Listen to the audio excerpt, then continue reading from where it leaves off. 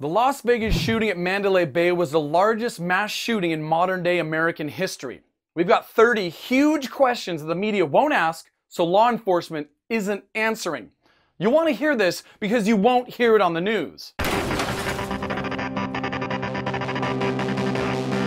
Welcome to Zero Doubt Zone. I'm Dane Sorensen.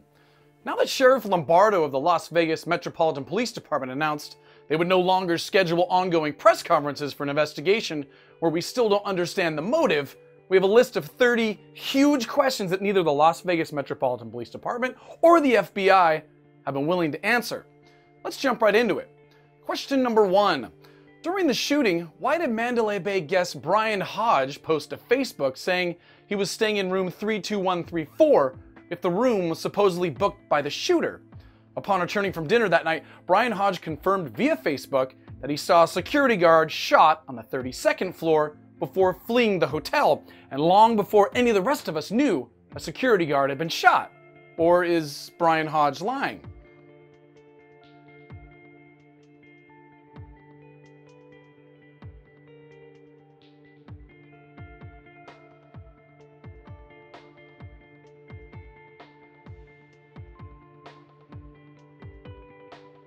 Number 2, given windows were broken out in rooms 32134 and 32135, why did police have to breach the connecting door between them? 020, we have another explosive breach is going on into an adjoining room. That's where we're at with the suite. The breach is going off here in about 5 seconds. Copy. Venus B5, another explosive breach going off bed 135, Mandalay Bay, room 432. Wasn't it open so the shooter could travel back and forth between the rooms?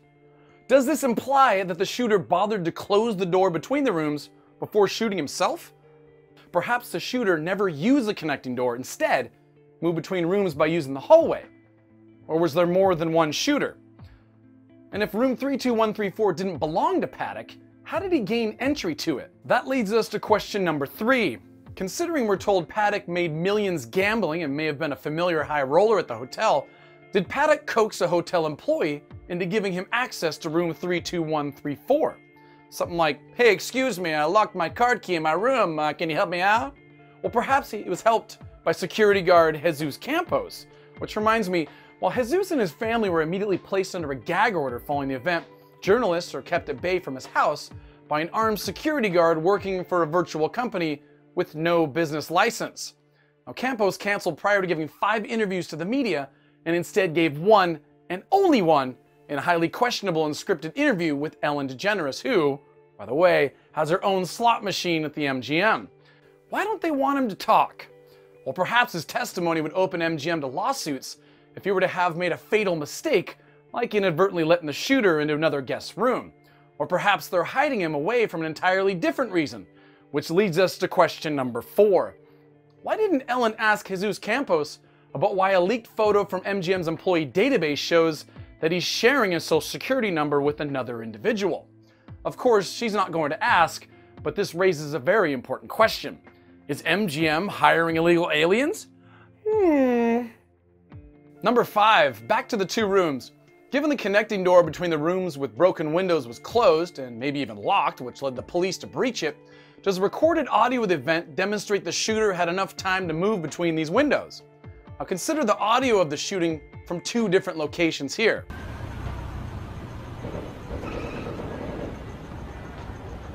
Now it sounds like it's coming from farther away.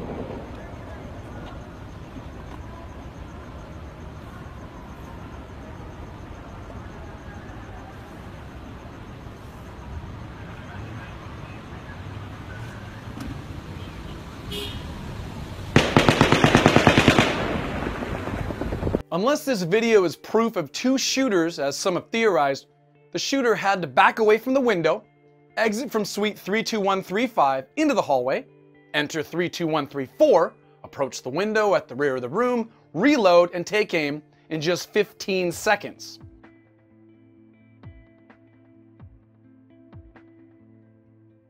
Number 6. We can see from his view in suite 32135 that he had had clear visibility of both the venue and the fuel tanks, which were the only targets named by law enforcement. Given that, Why did the shooter need to move into connecting room 32134 to break out the window? This is even more peculiar if he didn't have easy access to this room. Number 7. Why is the shooter seen wearing gloves when most shooting enthusiasts online seem to prefer not wearing gloves when firing trigger-sensitive bump stocks?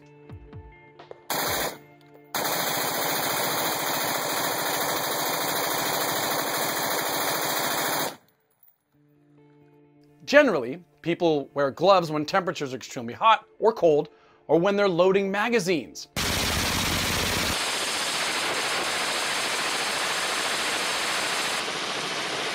Seeing as the shooter has been in the room for the last week, he couldn't have been concerned about leaving fingerprints.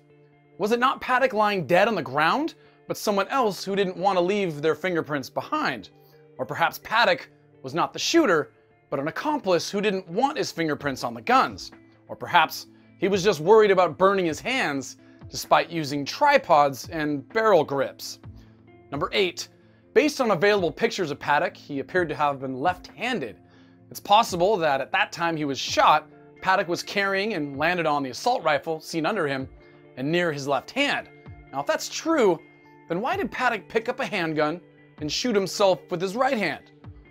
Number 9. Furthermore, why is the large gun positioned over his leg? Number 10. If Paddock wanted to die, why did he first shoot himself in the chest and then in the mouth?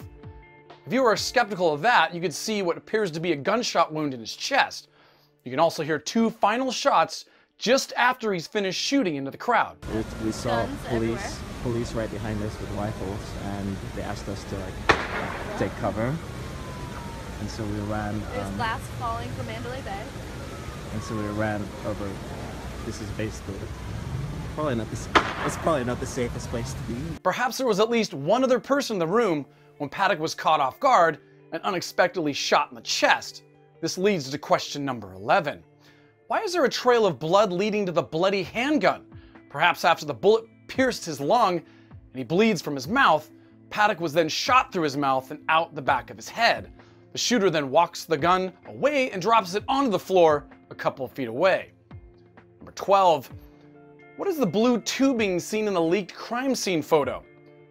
Were we told by the Las Vegas Metropolitan Police Department that there was evidence suggesting the shooter intended to escape? Now, does the blue tubing lead to a vacuum system? Did the shooter intend to vacuum up the shell casings before escaping? What else could it be? Number 13, police said Paddock had personal protection equipment with him. Now, if Paddock planned to escape, as we were told, how come he's not seen wearing protection or body armor? Number 14, what did the shooter use the green tape for? There was no evidence of its use in the photos anywhere. Number 15, why were these crime scene photos leaked in the first place? Was the leaker trying to show us something that conflicts with the official narrative? Number 16, why are there no muzzle flashes coming from the room in any publicly available videos? Go ahead and look. You won't find any.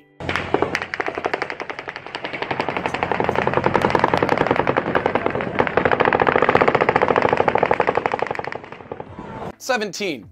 Why are these possible muzzle flashes coming from the neighboring Delano's elevator shaft that are synchronized with the shooting?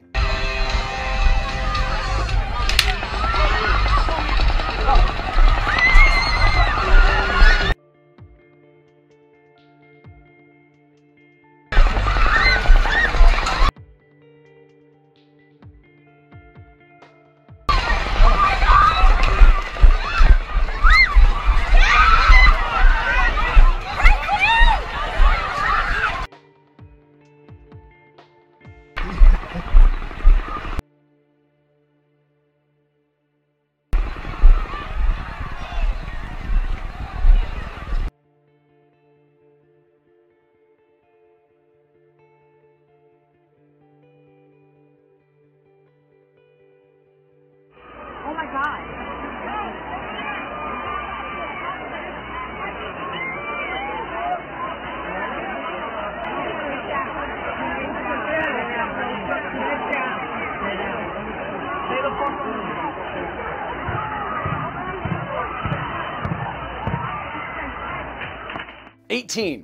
The police scanner dispatch transcript references a shooting on the escalator between New York and Excalibur an hour after the Mandalay Bay shooting. Multiple eyewitnesses corroborate hearing a shooter in this vicinity, but there were no reported casualties.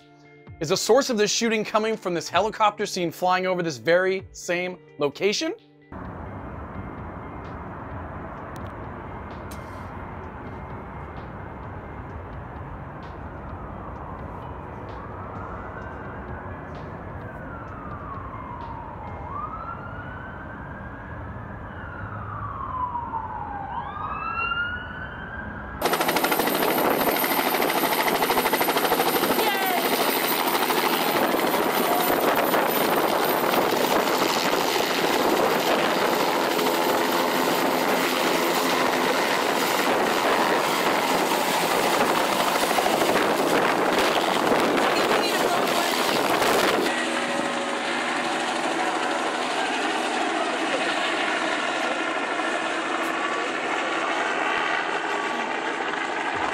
Number 19.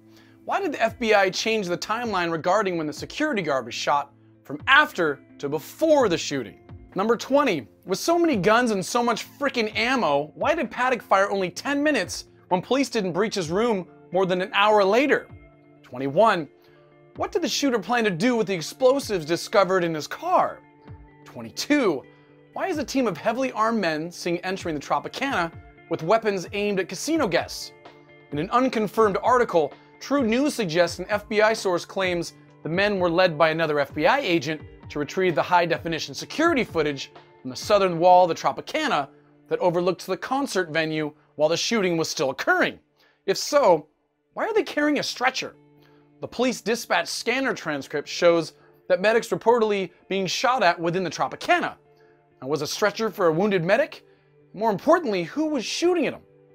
Control 374. I got medics reporting that they're getting shot at in Tropicana. 23.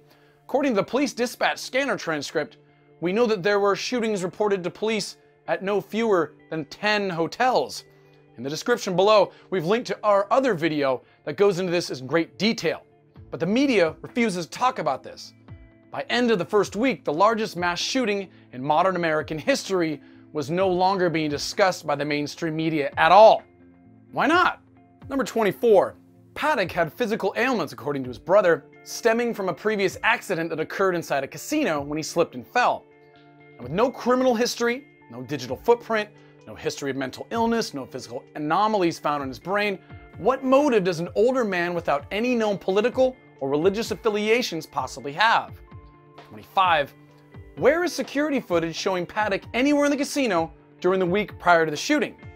26. What percentage of casino guests are able to make a prolonged living from gambling? If the odds are quite low, which we imagine they are, why else did he spend so much time gambling? Was he laundering money? If so, what illegal activity was he engaged in? Arms deals? Was he doing just that for the government in an undercover operation that went bad? Number 27.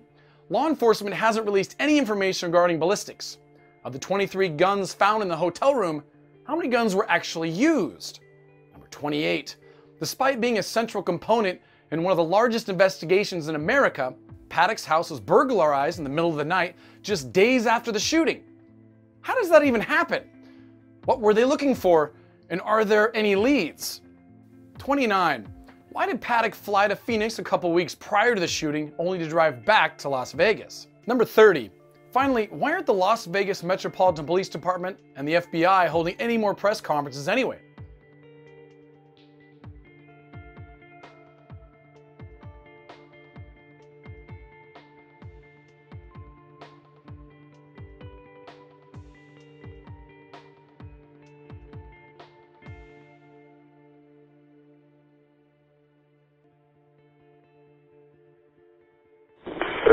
Go. 312. Hey, there's shots fired in 32135.